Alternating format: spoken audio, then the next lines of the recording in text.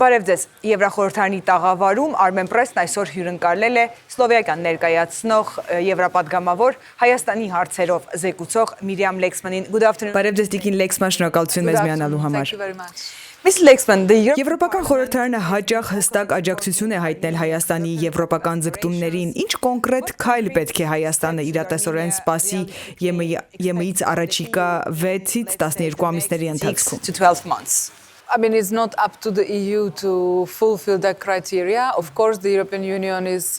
happy to support Armenia. Հայաստանի կողմից Եվրամիության չափանիշներին բավարարելը Եվրամիության պարտականությունը չէ։ Իհարկե, Եվրոպական միությունը պատրաստ է աջակցել Հայաստանին տարբեր ծրագրերի միջոցով։ Շատ շուտով Երևանում տեղի կունենա Հայաստան-Եվրամիություն առաջին գագաթնաժողովը, ինչպես նաև Եվրոպական քաղաքական համայնքի գագաթնաժողովը, որտեղ Եվրոպական միությունը հիմնականում խոսելու է տարբեր ենթակառուցվածքներում ներդրումների թվայնացման, մրցունակության եւ այլնի մասին։ Այսպիսով, գործնականում Եվրոպական միության պարտականությունը չի օգնել Հայաստանին անդամակցության համար անհրաժեշտ չափանիշներին բավարարելու հարցում, բայց Եվրոպական միությունն արդեն իսկ օգնում է։ ՍԵՊ-ը համաձայնագիրն է նպաստում ներդրումներին գլոբալ դարպասներ եւ այլ ծրագրերի միջոցով։ Համաձայնագիրը նպաստում է նաեւ ենթակառուցվածքներում ներդրումներին թվայնացմանը, մրցունակությանը եւ այլն։ Գործնականում ամբողջ տարածաշրջանն ավելի դիմակայուն դարձնելու նպատակով, որովհետեւ մենք տեսնում ենք, որ ցավոք երկար տարիներ Եվրոպական միությունը թերագնահատում էր Ռուսաստանի տարածաշրջանում գերիշխող ուժ լինելու ջանքերը։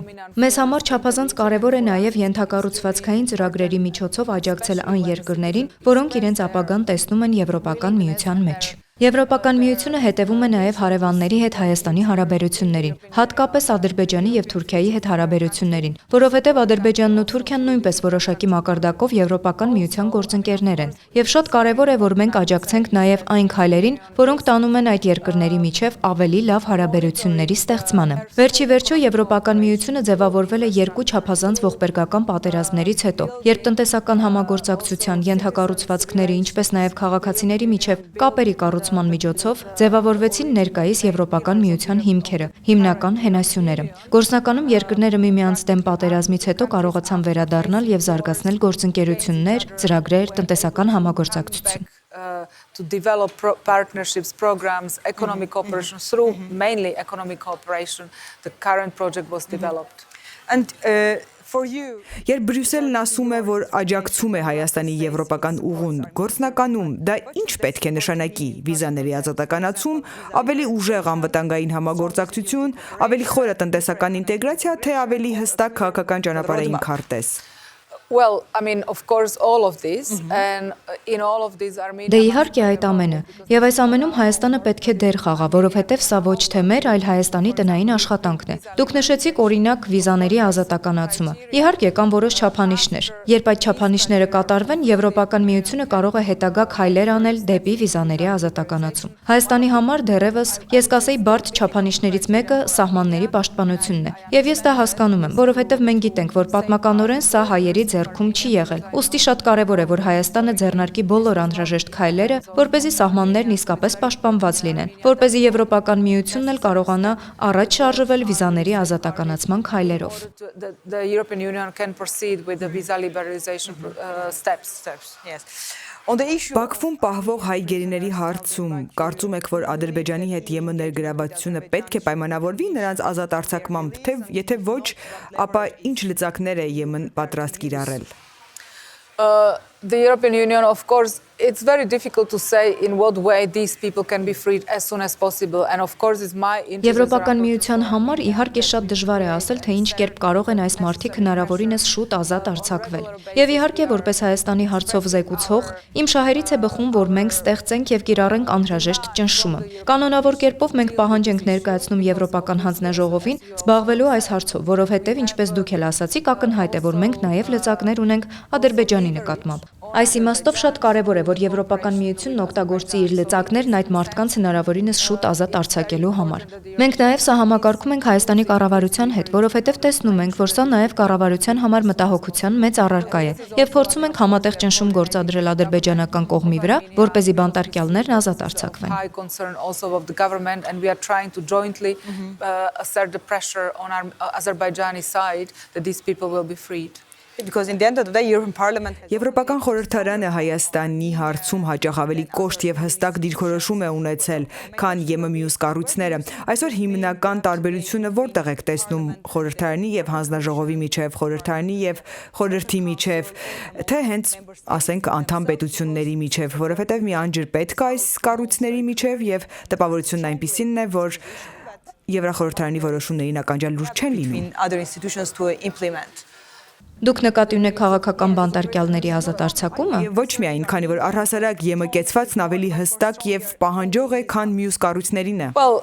I mean, in a way, it's obvious because we can have a strong tone. Դե մի իմաստով դա ակնհայտ է, որովհետև մենք կարող ենք ունենալ խիստ տոն, բայց իրագործումը պետք է լինի հանձնաժողովի կողմից։ Եվ հաճախ նույնիսկ իրական կյանքում ավելի հեշտ է որևէ բան հայտարարելը, քան դա իրագործելը։ Այսպիսով ես կասեի, որ մենք որոշումներ ենք կայացնում եւ ճնշում գործադրում Եվրոպական հանձնաժողովի վրա։ Նույնը անում են նաեւ որոշ անդամ պետություններ, բայց իրագործումը Եվրոպական հանձնաժողովի ձեռքում է։ Եթե քաղաքական բանտարկյալների ազատ արձակման իրագործումը լիներ հանձնաժողովի ձեռքում, մարդիկ արդեն ազատ կլինեին։ Ցավոք, նրանք պատանդ են պահվում Ադրբեջանի կողմից։ Եվ շատ դժվար է ասել, արդյոք Եվրոպական հանձնաժողովն օգտագործել է բոլոր հնարավոր միջոցները։ Վստահ եմ, որ նրանք փորձել են բոլոր հնարավոր միջոցները։ Եվ շատ մեծ հույս ունեմ, որ այդ ճնշումը վերջի վերջո կհարգվի ադրբեջանական կողմից, եւ նրանք նույնպես կցանկանան որպես գործընկեր հանդես գալ եւ չպահել քաղաքական բանտարկյալներին։ Նաեւ հույս ունեմ, որ Միացյալ Նահանգները նույնպես կմիանա եւ ճնշում կգործադրի ադրբեջանական կողմի վրա, որովհետեւ Միացյալ Նահանգները նույնպես մեծ հետաքրքրություն ունի Հայաստանի եւ Ադրբեջանի միջև հարաբերությունների բարելավման հարցում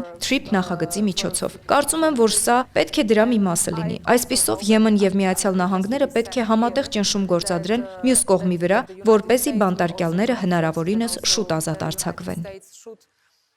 Exert the pressure on the Azeri side that these people will be freed as soon as possible.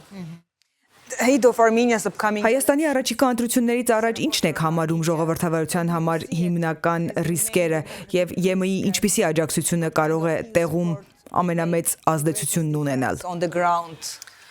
I see as the main actually political risk. Ես հիմնական իրական քաղաքական ռիսկ եմ համարում Ռուսաստանի միջամտությունը ընտրություններին։ Մենք արդեն տեսնում ենք ռուսական կողմից որոշ ջանքեր, որոնք հենց այս պահին արդեն տեղի են ունենում։ Եվ ես կարծում եմ, որ սա ամենաբարձր ռիսկն է։ Եվրոպական միության համար կարևոր է, որ Հայաստանի ժողովուրդն ազատորեն որոշի իր ապագան։ Եվ մենք փորձում ենք անել մեր բաժին աշխատանքը։ Մենք արդեն ուղարկել ենք որոշ մարդկանց, որոնք պետք է հետևեն եւ օգնեն ինչ-որ չափով հետևել սոցիալական մեդիային միջամտությունը, ապատեղեկատվությունը հայտնաբերելու համար։ Իհարկե, տեղում լինելու են դիտորդներ, որոնք կհետևեն ընտրություններին եւ ընտրական ընթացակարգերին։ Մենք պետք է ապահովենք, որ Ռուսաստանի միջամտության փորձերը կանգնեցվեն եւ որ Հայաստանի ժողովուրդը կարողանա ազատորեն որոշել, թե ով պետք է գլխավորի իրենց կառավարությունը։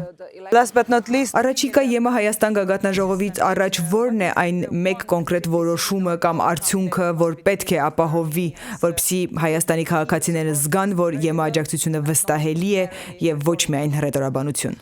Well, I think in the summit the main topic will be kind of the resilience of Armenia. Կարծում եմ գագաթնաժողովի հիմնական թեման կլինի Հայաստանի դիմակայությունն աշխարհաքաղաքական ճնշումների նկատմամբ, տնտեսական զարգացումը, Հայաստանի մրցունակությունը, առևտուրը։ Ըստ իս, եթե հայերս գան, որ Եվրոպական միությունը պատրաստ է աջակցել Հայաստանին բոլոր նմանատիպ նախագծերում, սա մի տեսակ հստակ ազդակ կլինի, որ Եվրոպական միությունը նույնպես Հայաստանին տեսնում է որպես իր ապագա հնարավոր անդամ։ Եվ իհարկե, եթե հայ ժողովուրդը այդպես որոշի, այդ անդամակցությունը կկայանա։ Մյուս կողմից մենք նաև պետք է ասենք, որ գործընթացը չափազանց դժվար է։ Հատկապես հիմա Եվրոպական միությունում տեսնում ենք, որ կան ընդլայնման հետ կապված բարդություններ, եւ շատ դժվար է ասել, թե ինչպիսին կլինեն արձագանքներն անդամ պետություններում, որովհետեւ անդամակցությունը պետք է հաստատվի անդամ պետությունների կողմից։ Որոշ անդամ պետություններում դա կատարվում է հանրաքվեի միջոցով, որոշ անդամ պետություններում էլ խորհրդարանական քվեարկության միջոցով։ Եվ իհարկե սա առաջիկա շատ ու շատ տարիների հարց է։ Բայց ես կասեի, որ սա կարևոր է նաև գուցե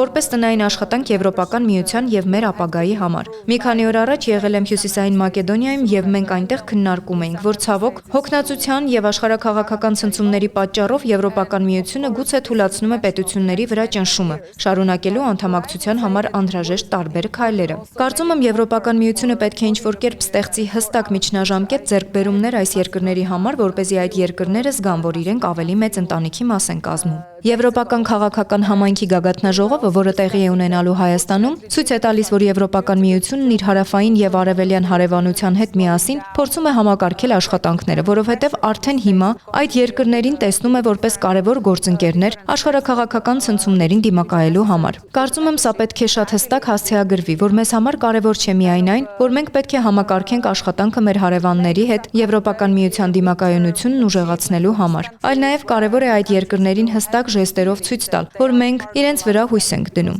Եվ ես հույս ունեմ, որ գագաթնաժողովը կկարողանա նման ազդակ տալ, եւ որ հայ ժողովուրդը կոգեշնչվի Հայաստանի եւ Եվրոպական միության փոխադարձ ջանքերի դրական արդյունքներից, որոնք կարող են օգուտ բերել երկու կողմերի մարդկանց։ Positive results of a mutual efforts from Armenia and from the European Union, which can bring to people on both sides. And I said last but Բռնի տեղահանվածների հարցը երբեմն օրակարգից դուրս է թվում, երբեմն օրակարգում։ Ձեր օրակարգի որ մասում է այս հարցը, թե որպես խորհրդարան, թե որպես ԵԺԿ խմբակցություն, այդ մարդիկ ակնկալում են առնվազն մոռացության չմատնվել, ակնկալում են, որ ինչ որ բան կարող է արվել իրենց իրավունքների պաշտպանության համար, իրենց վերադարձի իրավունքի համար։ Դուք որպես Հայաստանի հարցերով զեկուցող, ինչպես եք տեսնում բռնի տեղահանված այս հայերի ճակատագիրը։ European side as well. Yes, of course, this is a very important topic as well. Այո, իհարկե, սա նույնպես շատ կարևոր թեմա է, եւ ես հույս ունեմ, որ այն երբեք չի մոռացվի։ Երբեք չեմ մոռացել այն մարդկանց տառապանքը, որոնք ստիպված եղան լքել իրենց տները։ Սա ունի երկու չափում։ Առաջին չափումը իհարկե մարդիկ են, նրանց բարեկեցությունը, ինչպես նաեւ նրանց ապագան, եթե նրանք որոշեն վերադառնալ։ Ուստի ես կարծում եմ, որ սա ապագա բանակցությունների մի մասն է, որտեղ Եվրոպական միությունը պետք է ներգրավի եւ պետք է հնարավորություն տա այն մարդկանց, որպեսզի նրանք ցանկության դեպքում կարողանան վերադառնալ տուն։ Չեմ ուզում խորանալ մանրամասների մեջ, բայց կարծում եմ, որ այստեղ Եվրոպական միությունը պետք է նորից դեր խաղա ադրբեջանական կողմի հետ ներգրավվածություն ունենալով, որովհետև կան նաև մարդկանց իրավունքների վերաբերյալ միջազգային պայմանագրեր, եւ սա պետք է ուսումնասիրվի։ Ամբողջ պատկերի մյուս մասն էլ այն է, որ Եվրոպական միությունն իմ կարծիքով պետք է օգնի, որ այդ մարդիկ միջնաժամկետ կտրվածքով արժանապատիվ կյանքի պայմաններ ունենան, ապահովեն կացարանով։ Սա կլինի միջնաժամկետ լուծումը, բայց երկարաժամկետ լուծումն այն է, որ նրանք իմ կարծիքով պետք է հնարավորություն ունենան վերադառնալ տուն առանց իրենց կամքին հակառակ պայմանների ենթարկվելու։ Մշակութային եւ կրոնական ժառանգությունը եւս շատ կարեւոր թեմա է։ Ես մի քանի հանդիպումներ եւ լսումներ եմ անցկացրել նաեւ ՅՈՒՆԵՍԿՕ-ի ներկայացուցիչների հետ, որովհետեւ կա մեծ հետաքրքրություն եւ պետք է լինի նաեւ մեծ հետաքրքրություն եվրոպական կողմից պաշտպանելու այս վայրերը վնասից, որովհետեւ սա մեր ընդհանուր քրիստոնեական ժառանգությունն է։ Այսինքն եվրոպական ժառանգությունն ունի քրիստոնեական արմատներ եւ մենք պետք է հաստատակամ լինենք այդ հարցում, որ Լեռնային Ղարաբաղի քրիստոնեական ժառանգությունը պետք է պաշտպանվի։ Կարծում եմ Եվրոպական միությունը պետք է ավելին անի Լեռնային Ղարաբաղում այդ վայրերի պաշտպանության ապահովման համար։ Safeguard the protection of these sites in Nagorno-Karabakh. Thank you very much. Շնորհակալություն Տիկին Լեքսման։ Thank you.